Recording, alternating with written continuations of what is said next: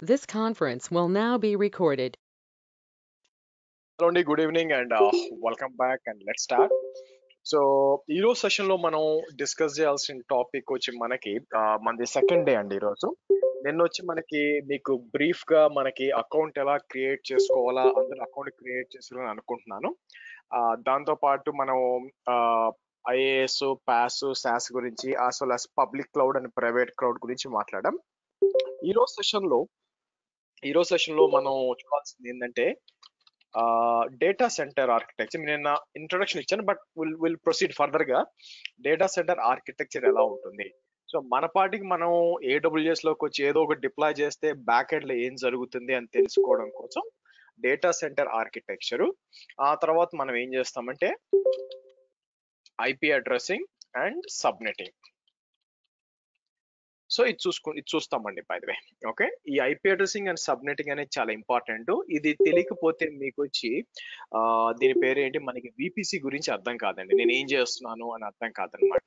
So కాబట్టి మనం ఈ రోజు సెషన్ లో ఈ రెండింటి మీద కాన్సన్ట్రేట్ చేద్దాం. రేపు వచ్చి మనం విపిసి అని కూడా చూస్తాం అనమాట, రైట్?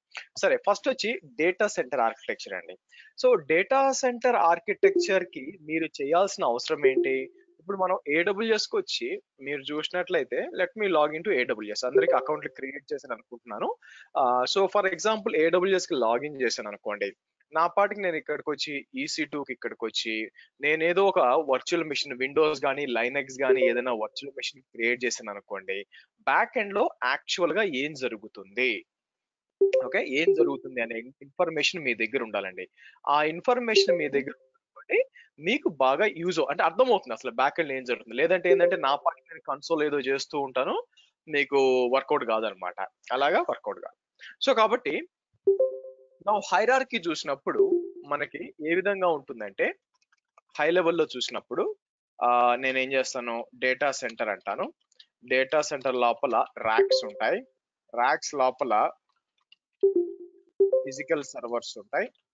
ఆ ఫిజికల్ సర్వర్ లోపల వర్చువల్ మెషిన్స్ ఉంటాయి, by the way, which we call it as EC2 instances అంటాం అనుకోండి.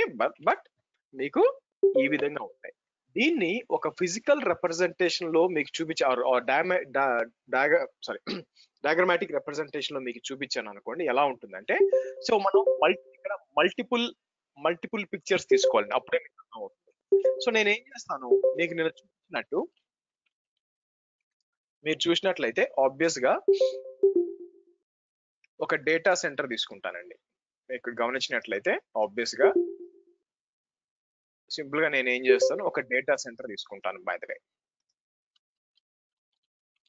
మీకు డేటా సెంటర్ తీసుకుంటాను.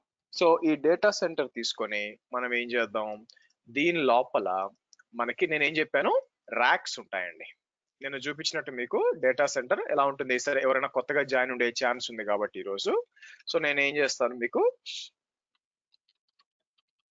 డేటా సెంటర్ ర్యాక్స్ అన్నాను అనుకోండి. మీకు చూడడానికి ఎలా ఉంటాయంటే, డేటా సెంటర్ ర్యాక్స్ లోపలికి వెళ్ళారనుకోండి ఈ విధంగా ఉంటాయండి మీకు చూస్తే.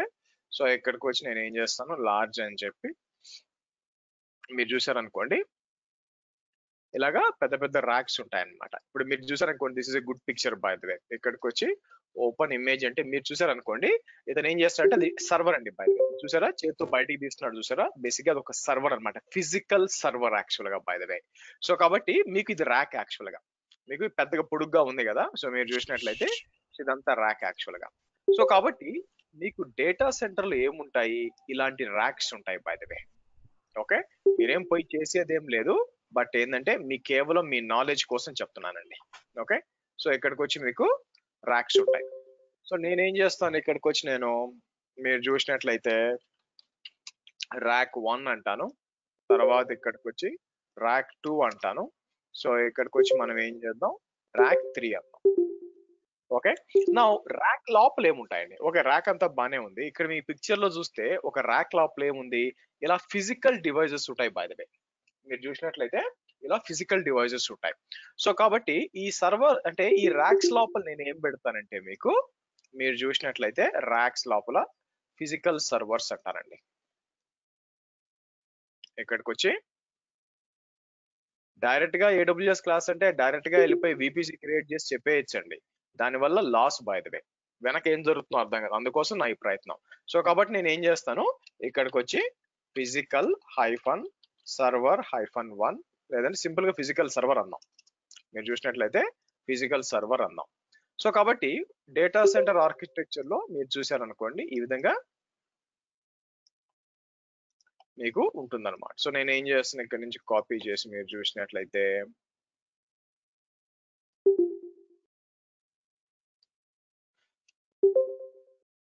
ఇలా ఉంటుంది, physical server physical server physical server basic. Okay right. Now next ఒక్కొక్క ఫిజికల్ సర్వర్ లోపల ఏమి, ఇది ఇంపార్టెంట్, నెక్స్ట్ చెప్పబోయేది ఇంపార్టెంట్. ఎందుకంటే ఎనీవే అదేమి డేటా సెంటర్ ఏమి మనకి ఐమాక్స్ కాదు, ఎప్పుడు కావాలంటే ఇప్పుడు పోవడానికి బయటవే. సో చాలా సెక్యూర్ గా ఉంటుంది. బట్ నాకు ఇంట్రెస్ట్ అంటే ఏంటంటే ఒక ఫిజికల్ సర్వర్ లోపల ఏముంటుంది అది మీరు అర్థం చేసుకోవాలా. సో ఇప్పుడు నేను ఏం చేస్తానంటే వేరే డయాగ్రామ్ తీసుకుంటా, ఎందుకంటే ఈ డయాగ్రామ్ లో నేను ఇన్కాపరేట్ చేయలేను. అందుకని మనం ఏం చేద్దాం, మీరు చూసారనుకోండి ఒక ఫిజికల్ సర్వర్ తీసుకుంటే దాంట్లో ఏముంటుంది. సో ఇది వచ్చి మీకు డేటా సెంటర్ ర్యాక్ లోపల ఫిజికల్ సర్వర్. ఇప్పుడు నేను ఏం చేస్తాను, ఇది ఒక ఫిజికల్ సర్వర్ తీసుకున్నాం. ఓకే మీరు చూసినట్లయితే ఇది ఒక ఫిజికల్ సర్వర్ తీసుకున్నాం. నౌ ఫిజికల్ సర్వర్ అంటే ఇలా బాక్స్ లాగా ఉండదండి బై ద వే. ఓకే మీకు ఎగ్జాంపుల్ చెప్పాలంటే బెస్ట్ ఇక్కడికి వచ్చి నేను హెచ్పి డిఎల్ 380 జెన్ 10 అని అనుకోండి. మీరు చూసినట్లయితే ఫిజికల్ సర్వర్స్ ఎలా ఉంటాయంటే మీకు చూసినట్లయితే ఇలా ఉంటాయండి. మీరు చూస్తే ఫిజికల్ సర్వర్స్ అనేది పెద్దగా ఉంటాయి, మీకు చాలా ఈ విధంగా ఉంటాయి, పెద్దగా ఉంటాయి అన్నమాట సర్వర్స్ అన్ని కూడా. సో ఒక్కొక్కటి మీకు కాస్ట్లీ కూడా ఉంటుందండి, అంత చీప్ ఏమి ఉండదు. ఇక్కడికి వచ్చి నేను ఓపెన్ ఇమేజ్ అన్నాం అనుకోండి, మీరు చూస్తే ఇలా ఉంటుంది. బై ద వే చీప్ ఏమి ఉండదు. హై ఎండ్ సర్వర్ అయితే ఈవెన్ ఇట్లు go to 15 lakhs and 20 lakhs కూడా. ఓకే అంత కాస్ట్లీ ఉంటాయి. అంటే ఇదే వాడాలని కాదు, హెచ్పి డెల్ ఇవి వాడాలని కాదు బై ద వే, బట్ చెప్తున్నాను ఫిజికల్ సర్వర్ ఈ విధంగా ఉంటుంది. సరే ఒక ఫిజికల్ సర్వర్ ని మనం ఇలా అజ్యూమ్ చేసుకున్నాం అనుకోండి బై ద వే.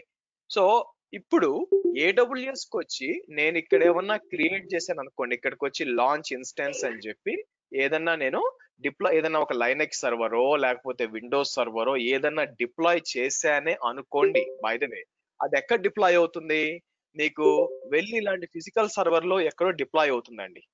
మరి ఆ ఫిజికల్ సర్వర్ లో డిప్లాయ్ అవ్వాలంటే దాని లోపల ఏముండాలా, ఏదో ఒక ఆపరేటింగ్ సిస్టమ్, ఏదో ఒక స్పెషల్ ఆపరేటింగ్ సిస్టమ్ ఉండాలి కదా.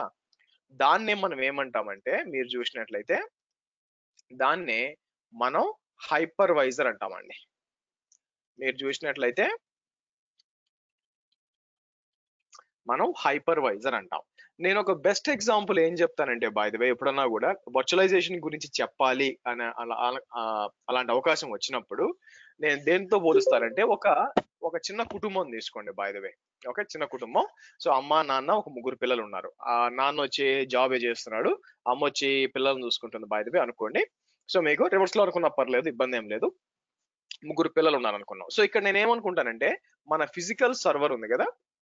ఓకే మన ఫిజికల్ సర్వర్ ఉంది, ఇది తీసుకొచ్చి ఇప్పుడు మనం ఇది ఫాదర్ అనుకుందాం, నాన్న అనుకుందాం, వేరే హైపర్వైజర్ వచ్చి అమ్మ అనుకుందాం, వాళ్ళకి ముగ్గురు పిల్లలు అనుకోండి ఫర్ ఎగ్జాంపుల్. ఓకే మీరు చూసినట్లయితే ముగ్గురు పిల్లలు ఉన్నారు. ఎలా చెప్పొచ్చు, ఒక 4 ఏళ్ల పాప, ఓకే ఒక 13 ఏళ్ల బాబు, ఆ తర్వాత ఇంకొక 21 సంవత్సరాల ఇంకో అబ్బాయి అనుకోండి, అడల్ట్ అనుకోండి బై ద వే. ఓకే మీకు ఇలా ముగ్గురు పిల్లలు ఉన్నారు అనుకోండి. నా ఆబ్వియస్ గా మనందరికీ తెలుసు ఇప్పుడు ఇక్కడ వీళ్ళ రిక్వైర్మెంట్స్ వేరేనండి. ఇక్కడ మీరు చూస్తే మనకి వీళ్ళ రిక్వైర్మెంట్స్ వేరే. 4 year old ఉన్నారు అనుకోండి. ఓకే 4 year old ఉన్నారు అనుకోండి, ఏమవుతుంది, ఆబ్వియస్ గా వీళ్ళు ఏడ్చినప్పుడు ఏ చాక్లెట్ బిస్కెట్ ఇస్తే సరిపోతుంది. వేరే ఇక్కడికి వచ్చి ఫర్ ఎగ్జాంపుల్ 13 year old ఉన్నాడు అనుకోండి, వాడేమంటాడు బేసిక్ గా సైకిల్ కావాలంటాడు అనుకుందాం. ఓకే ఒక సైకిల్ కావాలి, రిక్వైర్మెంట్ అనమాట, సైకిల్ కావాలంటాడు. సో అదే ఇక్కడ ఆబ్వియస్ గా 20 year old ఉన్నాడు అనుకోండి, ఆబ్వియస్ గా ఇతను ఆబ్వియస్ గా 4 year old అయితే చాక్లెట్ మనం ఇవ్వాలా, 20 year old వీడి ఇంకోటికి చాక్లెట్ ఇవ్వాలా బేసిక్ గా. ఓకే లేకపోతే వర్కౌట్ కాదు. సో కాబట్టి ఏం చేస్తుంది, ఇక్కడ రిక్వైర్మెంట్స్ డిఫరెంట్ అనమాట. ఇప్పుడు 20 year old కి బైక్ కావాలా బేసిక్ గా. నౌ ఆబ్వియస్ గా ఒక్కొక్క రిక్వైర్మెంట్స్ డిఫరెంట్ గా ఉన్నాయి. కాబట్టి ఈ రిక్వైర్మెంట్స్ అని ఎవరికి సబ్మిట్ చేస్తాం, పోయి డైరెక్ట్ గా పోయి నాన్ జేబులో డబ్బులు తీసుకోవడం కుదరదు, తాట తీస్తాడు బేసిక్ గా. సో కాబట్టి ఆబ్వియస్ గా మనం ఏం చేస్తాం, హైపర్వైజర్ అనే అమ్మకి చెప్తాం ఇది నా రిక్వైర్మెంట్ అని చెప్తాం. అమ్మ ఏం చేస్తుంది, నా ఎట్లా ఒకటి ఒప్పించి నాన్న దగ్గర నుంచి తీసుకొని వస్తుంది. ఇది ప్రతి కుటుంబంలో జరిగేదే బేసిక్ గా. అదే సేమ్ వర్చువలైజేషన్ లో కూడా జరుగుతుందండి. కాకపోతే ఇక్కడ ఫిజికల్ సర్వర్ ఫాదర్ జీతం ఏంటి యాక్చువల్ గా మీరు చూసినట్లయితే జీతం వచ్చి is nothing but memory, CPU, storage, network, etcetera etcetera. So మీకు ఫిజికల్ సర్వర్ ఏం చేస్తుంది, ఈ రిసోర్సెస్ అన్ని ఇస్తుంది అనమాట. Memory, CPU, storage, network. కిందున్న హైపర్వైజర్ ఏం చేస్తుంది, అది తీసుకొని పంచుతుంది. ఇలా లాట్ ఆఫ్ హైపర్వైజర్స్ అండి బయట. ఫేమస్ హైపర్వైజర్ ఏంటి మీరు చూస్తే ఇక్కడికి వచ్చి నేను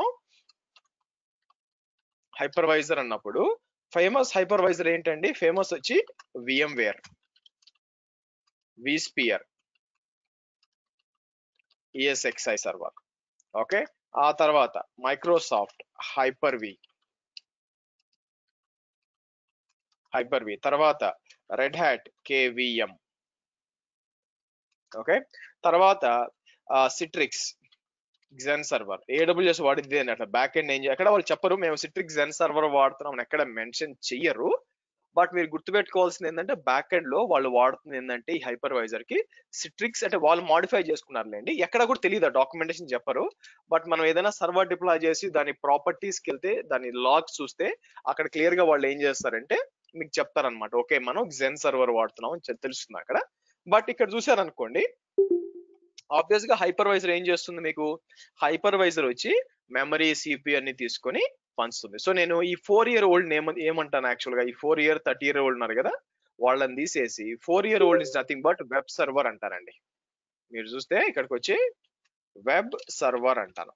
వెబ్ సర్వర్ రిక్వైర్మెంట్ ఏంటి, 2GB 2 CPU 4GB RAM by the way. ఇది web server requirement. Whereas app server వచ్చి 4 CPU 8GB ర్యామ్. వేరాస్ అందరికంటే పెద్దోడు వచ్చి ఇది వచ్చి మనకి database server 8 CPU by the way, ఇక్కడికి వచ్చి 16GB ర్యామ్. 16GB ర్యామ్ అండి బై ద వే. సో ఇదండి. సో కాబట్టి ఇప్పుడు మనకి ఏం చేస్తాము, మనం ఇక్కడ AWS కి వచ్చి మీరు ఏ సర్వర్ క్రియేట్ చేసినా కూడా యాక్చువల్ గా బ్యాక్ ఎండ్ లో ఏం జరుగుతుంది, యాక్చువల్ గా బ్యాక్ ఎండ్ లో వచ్చి మీకు ఒక వెనక AWS doesn't matter, AWS, Azure, GCP, OCI doesn't matter, or software doesn't matter, వెనక జరిగేదంతా సేమ్ ఫండా అండి. ఎక్కడో ఒక రిమోట్ డేటా సెంటర్ లో ఒక ఫిజికల్ సర్వర్ లోపల ఒక హైపర్వైజర్ ఉంటుంది, దాని లోపల మీకు ఈ విధంగా సర్వర్స్ డిప్లాయ్ అవుతున్నాయి. సో కాబట్టి మీరు గుర్తుపెట్టుకోవాల్సింది ఏంటంటే AWS లో మీరు క్రియేట్ చేసే విండోస్ ఆర్ లైనక్స్ ఏదైనా కూడా ఈ విధంగా ఉంటుంది. ఇలాంటి ఫిజికల్ సర్వర్లు మీకేముంటాయి, వేల కొద్ది ఫిజికల్ సర్వర్లు ఉంటాయి బేసిక్ గా. ఎందుకంటే వందల కొద్ది ర్యాక్లు ఉంటాయి. ఒక డేటా సెంటర్ లోపల చాలా హెవీగా ఉంటుందండి. దీనిపైన మనం అప్లికేషన్ ఇన్స్టాల్ చేస్తాం. ఎలాగా, for example Nginx web server అంటాము, ఆ తర్వాత ఇక్కడికి వచ్చి టామ్క్యాట్ యాప్ సర్వర్ అంటాము, ఆ తర్వాత ఇక్కడికి వచ్చి మనం ఏమంటాము MySQL డేటాబేస్ అంటాము, మీ ఇష్టం, ఇలా మనం ఇన్స్టాల్ చేస్తామండి. సో కాబట్టి ఓవరాల్ గా డేటా సెంటర్ ఆర్కిటెక్చర్ మీరు అర్థం చేసుకోవాల్సింది ఏంటంటే, మనకి మీరు చూసినట్లయితే ఒక డేటా సెంటర్ ఉంటుంది, ర్యాక్ ఉంటుంది, ఫిజికల్ సర్వర్ ఉంటుంది, ఫిజికల్ సర్వర్ లోపల స్పెషల్ ఆపరేటింగ్ సిస్టమ్ ఉంటుంది which is basically called hypervisor. AWS వచ్చి Xen సర్వర్ వాడుద్దండి, మీకు పెద్ద పని ఉండదు. దాని లోపల మీరు చూసినట్లయితే మీకు మీ వర్చువల్ మెషిన్స్ రన్ అవుతుంటాయి. ఓకే, నౌ నెక్స్ట్ మనం చూడాల్సింది ఏంటంటే, ఇక్కడికి వచ్చి మనం ఇక్కడికి వెళ్ళామనుకో, మన AWS కన్సోల్కి వెళ్ళినప్పుడు ఇక్కడ మీకు ఇక్కడ రైట్ సైడ్ ఇక్కడ చూసారనుకోండి, ఓకే, రైట్ సైడ్ లో ఇక్కడ చూసారనుకోండి, మీరు చూస్తే అన్ని రీజియన్స్ కనిపిస్తాయి చూడండి. ఇవన్నీ ఏమంటారంటే, మీరు గమనించినట్లయితే ఇవన్నీ ఉన్నాయి చూసారా, ఇవన్నీ కూడా AWS రీజియన్స్ అంటాం. సో ఇక్కడ మనం వచ్చేసరికి బిఫోర్ IP అడ్రసింగ్ కి వెళ్లే ముందు మనం డిస్కస్ చేయాల్సిన టాపిక్ ఏంటంటే AWS regions and availability zones, or short form లో AZ అంటాం. బై ద వే మీరు చూసినట్లయితే మనం AZ అంటాం. సో ఇప్పుడు ఏమవుతుంది మనకి, యాక్చువల్ గా AWS రీజియన్ అంటే ఏంటండి, AWS రీజియన్ అంటే ఒక జియోగ్రాఫిక్ లొకేషన్ అండి. బై ద వే ఒక దేశం అనుకోవద్దు, బై ద వే మీరు ఒక దేశం అనుకోవడానికి లేదు. ఎందుకు అనుకోవడానికి లేదు? ఫర్ ఎగ్జాంపుల్ ఇక్కడ చూసారనుకోండి, యుఎస్ లోనే 4 ఉన్నాయండి. North Virginia, Ohio, North California and Oregon ఉన్నాయి. అదే మీరు ఇండియాలో ఒకటే ఉందిలేండి. 2022లో మీకు హైదరాబాద్ కూడా వస్తుంది బై ద వే. సో ఇవన్నీ కూడా రీజియన్స్ అండి. ఓకే, మీకు ఇదంతా కూడా ఒక రీజియన్ తీసుకోండి. నౌ అవైలబిలిటీ జోన్ అంటే ఏంటి? ఒక రీజియన్ లోపల బెస్ట్ ఎగ్జాంపుల్ నేను ఏం చేస్తానంటే ఇక్కడికి వచ్చి ముంబై తీసుకుంటానండి. ఓకే, ఫర్ ఎగ్జాంపుల్ నేను ఏం చేస్తాను, ఇక్కడికి వచ్చి ముంబై తీసుకొని నేను ఏం చేస్తాను, EC2కి వెళ్తాను. మీకు EC2కి వెళ్తాను. మీరు ఇక్కడికి వెళ్ళినప్పుడు అది ఏం చూపిస్తుందంటే ఇక్కడ మీకు ఇక్కడ EC2 డాష్ బోర్డ్కి వెళ్ళారనుకోండి, మీకు కిందకు వస్తే మీకు ఇక్కడ చూడండి AP south 1A, AP south 1B, AP south 1C. So మీకు ఏమవుతుందంటే ఒక రీజియన్ వచ్చి మన విషయంలో ముంబై అనుకోండి, ఆ ముంబై లోపల 3 అవైలబిలిటీ జోన్స్ ఉంటాయి. ఓకే, 3 అవైలబిలిటీ జోన్స్ ఉంటాయి. మరి అవైలబిలిటీ జోన్ అంటే ఏంటండి? Let me put like this. నేను ఇంకో పిక్చర్ తీసుకుంటాను. నేను తీసుకొని ఏం చేస్తాను, ఇక్కడ మీరు చూసినట్లయితే మీకు ఇక్కడ వచ్చి నేను AWS ముంబై రీజియన్ అంటానండి. సో దానికి ఏముంటుంది, మీకు ప్రతి ఒక్క రీజియన్ కి కూడా మీకు ఏముంటుందంటే AP south Asia Pacific south 1 అంటారు. By the way Asia Pacific south 1 అంటారు. ఓకే, సో అందుకే మీరు ఇక్కడ చూసినట్లయితే AP south 1A, 1B, 1C. ఇక్కడ ABC ఏంటంటే మీరు చూసినట్లయితే మీకు ABC అంటే ఏంటంటే, అన్మ్యూట్ చేయొద్దండి, ఒక్కొక్కటి ఒక్కొక్క అవైలబిలిటీ జోన్ అండి. అవైలబిలిటీ జోన్ అంటే ఏంటి? మీకు అవైలబిలిటీ జోన్ అంటే ఏంటి? అవైలబిలిటీ జోన్ లో మీకు ఇందాక నేను చెప్పానే డేటా సెంటర్, ఇక్కడ మీ డేటా సెంటర్ అది ఒకటి లేకపోతే మల్టిపుల్ ఉండొచ్చు. మీకు అవైలబిలిటీ జోన్ అంటే సింపుల్ గా చేస్తాను, ఇది రీజియన్ కదా, నేను ఏం చేస్తాను, మీకు ముంబై తీసుకున్నాను కాబట్టి నేను ఇలా చేస్తానండి. మీరు చూస్తే అవైలబిలిటీ జోన్ అంటే ఏంటంటే ఒకటి అంతకంటే ఎక్కువ డేటా సెంటర్స్. ఇప్పుడు నేను ఏం చేస్తాను, ఇక్కడికి వచ్చి AP సౌత్ 1A,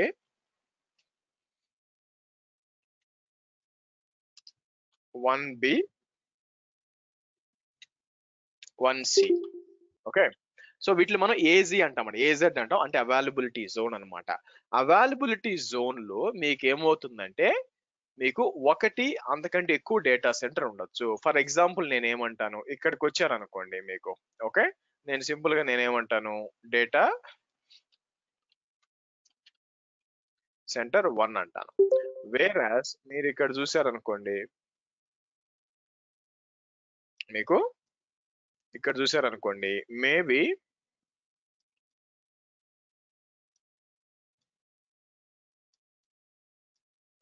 ఇక్కడ వచ్చి మీరు చూసినట్లయితే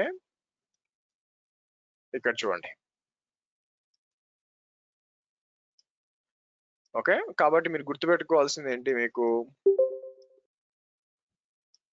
ఇక్కడికి వచ్చి నేను ఏమంటాను, డేటా సెంటర్ ఉంది కదా, సో మేబీ ఇది డేటా సెంటర్, ఇది ఒక డేటా సెంటర్, ఇది ఒక డేటా సెంటర్. అదే కాకుండా ఇక్కడ ఏం చేయొచ్చు, నేను ఏమంటాను మీకు చూస్తే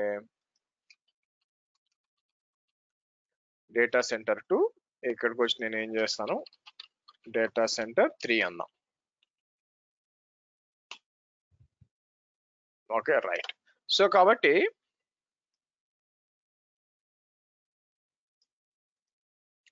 కాబట్టి రీజియన్ లోపల మల్టిపుల్ అవైలబిలిటీ జోన్ ఉండొచ్చు. ఆ తర్వాత వచ్చి మీకు ఒక్కొక్క రీజియన్ లో ఒక్కొక్క అవైలబిలిటీ జోన్ లో మల్టిపుల్ డేటా సెంటర్స్ ఉండొచ్చు. అయినా మనకు అనవసరం అండి, ఎన్ని డేటా సెంటర్స్ ఉంటే మనకు అనవసరం, కానీ ఓవరాల్ ఆర్కిటెక్చర్ తెలుసుకోవడం మీకు అవసరం అనమాట. అంటే ఫర్ ఎగ్జాంపుల్ ఇక్కడికి వచ్చి AWS డేటా సెంటర్ అని అంటానండి. AWS డేటా సెంటర్ వెళ్ళినప్పుడు నేను ఏం చేస్తానంటే, మీకు ఇక్కడికి వచ్చాను అనుకోండి, ఓకే, ఈ పిక్చర్ చూడండి, మీకు రైట్ సైడ్ లో పిక్చర్ కనిపిస్తుంది యాక్చువల్ గా కాసేపట్లో మీరు చూసినట్లయితే. సో ఇక్కడికి వచ్చి మీకు ఈ పిక్చర్ ఉంది కదా, ఓపెన్ ఇమేజ్ ఇట్లా అంటాను యాక్చువల్ గా. మీరు చూసారు అనుకోండి, చెప్పండి దీంట్లో ఎన్ని అవైలబిలిటీ జోన్స్ ఉన్నాయి చెప్పండి, ఎన్ని అవైలబిలిటీ జోన్స్ ఉన్నాయండి ఈ రీజియన్ లో? 1. సో